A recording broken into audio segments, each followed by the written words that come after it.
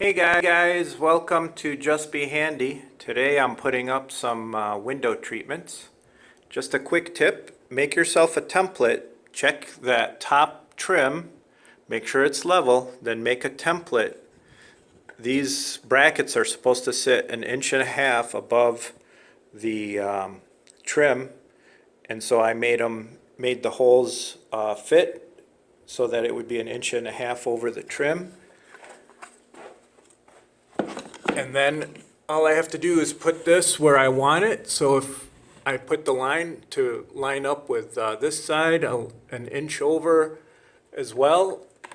And then with the middle, I can then get it to the middle and drill my holes.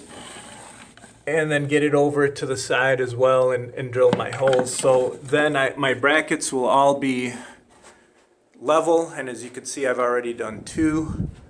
They're level and ready to go. So I've got quite a few more to do, as you can see.